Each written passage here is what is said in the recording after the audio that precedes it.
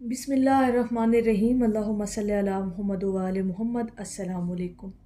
कबूलियत की घड़ियाँ और दरूद शरीफ।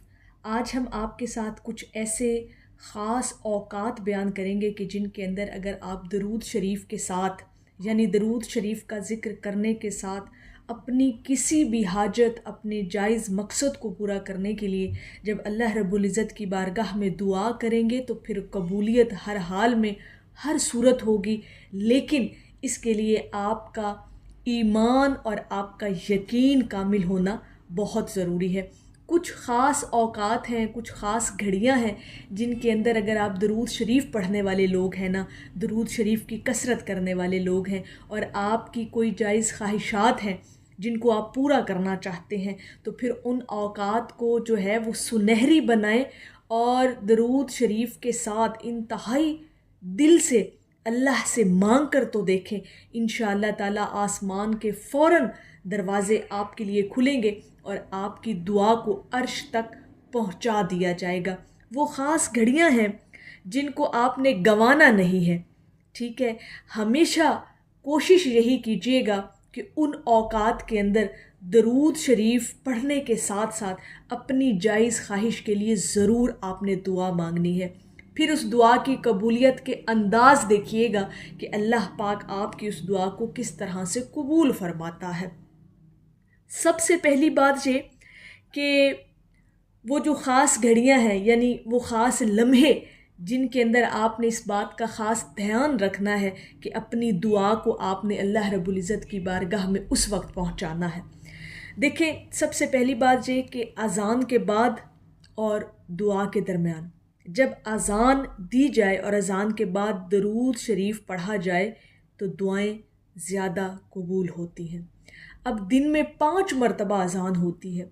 अगर आप ज़ौक़ शौक़ के साथ मुकम्मल खामोशी और सुकून के साथ जब अज़ान सुनते हैं तो अज़ान सुनने के बाद आप दरूद शरीफ दिल से पढ़कर अपनी आँखों को बंद करके पुरसुकून होकर अपने दिल में ही अल्लाह रब्बुल इज़्ज़त की बारगाह में अपनी अर्ज़ी पेश कर दिया करें। यकीन करें उस वक्त के अंदर, उस लम्हे के अंदर आपकी दुआ ज़रूर कबूल होगी। अब ये बड़ा आसान है। जो लोग 5 वक्त के नमाजी हैं उनके लिए तो ये बहुत सुनहरी मौका है कि वो अपनी दुआ को इंतहाई अच्छे अंदाज में अल्लाह रब्बुल इज़्ज़त की बारगाह में से कबूल करवा सकते हैं। दूसरे नंबर पर जो बहुत ज़्यादा इसकी बात की ताकीद भी की जाती है कि जुम्मतुल मुबारक यानी तमाम दिनों का सरदार और अफजल तरीन दिन यानी जुमे वाले दिन जब आप दरूद शरीफ पढ़ते हैं और साथ ही अपनी किसी हाजत के लिए दुआ मांगते हैं तो अल्लाह पाक आपकी दुआ को कबूल करता है। और ख़ास तौर पर जुमे वाले दिन असर और मगरिब के दरमियान वाला जो वक्त है ना, वो जो ख़ास एक लम्हा और एक घड़ी है, उसके अंदर अगर आप दरूद शरीफ की कसरत करके दुआ मांगेंगे ना, अल्लाह पाक ज़रूर आपकी दुआ को कबूल करेगा, कभी रद्द नहीं करेगा। जायज़ ख्वाहिश आपकी जो आपके हक़ में बेहतर होगी वो ज़रूर सुनी भी जाएगी और कबूल भी होगी। ये लम्हा भी कभी अपनी ज़िंदगी के अंदर मत गवाइएगा।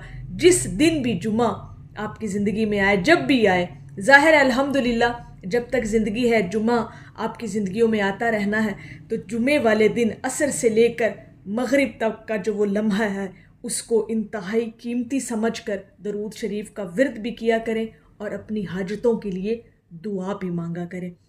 तीसरे नंबर पर उल्मा जो इस बारे में ताकीद करते हैं कि जब भी दुआ मांगे, जब भी आपके दिल में कोई ख्वाहिश हो, आप अल्लाह रब्बुल इज़्ज़त से कोई अपनी बात मनवाना चाहते हो, तो उस दुआ के अल्फाज से पहले भी और इख्तिताम पर भी दरूद शरीफ को ज़रूर पढ़ लिया करें। फिर वो आपकी दुआ हर हाल में अर्श पर बग़ैर किसी रुकावट के अल्लाह की बारगाह में पहुंचा दी जाती है। और जो दुआ आपकी दरूद शरीफ में लिपटी हुई पहुंचती है वो कभी रद्द नहीं होती, क्योंकि दरूद शरीफ ऐसा ज़िक्र है, ऐसी इबादत है जो अल्लाह के यहाँ हर हाल में कबूल है। तो जिस इबादत के कबूल होने में कोई शक नहीं है, उसके साथ जब आप अपनी अर्ज़ी पेश करेंगे तो यकीनन आपकी दुआ जो है वो कबूल होगी।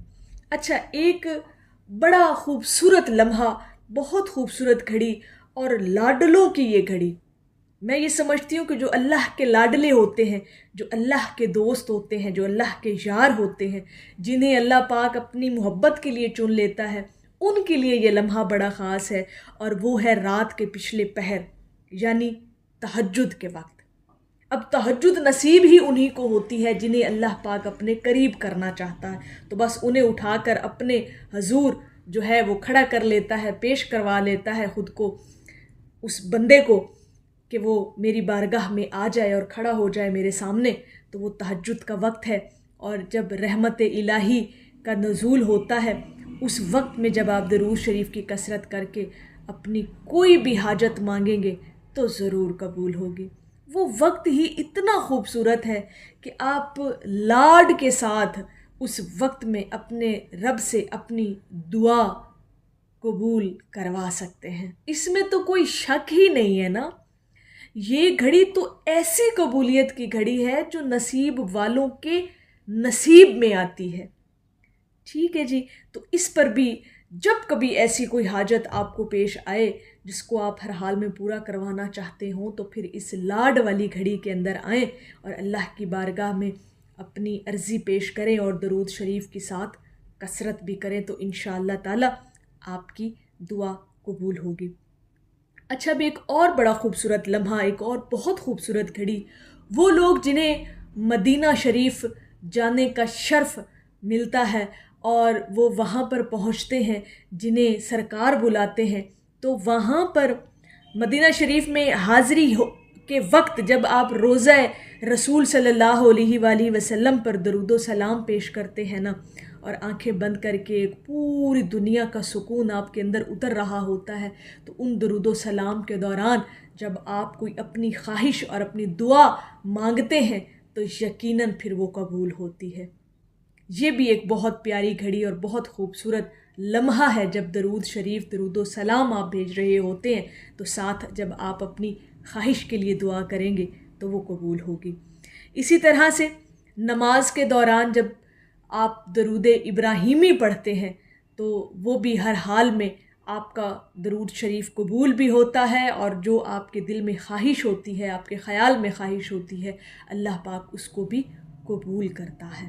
تو یہ کچھ لمحے، یہ کچھ گھڑیاں جو آپ لوگوں کے ساتھ بیان کی، یہ بڑے خوبصورت اوقات ہیں، بہت خوبصورت یہ لمحے ہیں، ان کو کبھی مت گوائیے گا اپنی زندگی کے اندر، ان کو ضرور کیش کیجیے گا اور اپنی دعائیں اللہ رب العزت کی بارگاہ میں قبول کروائیے گا۔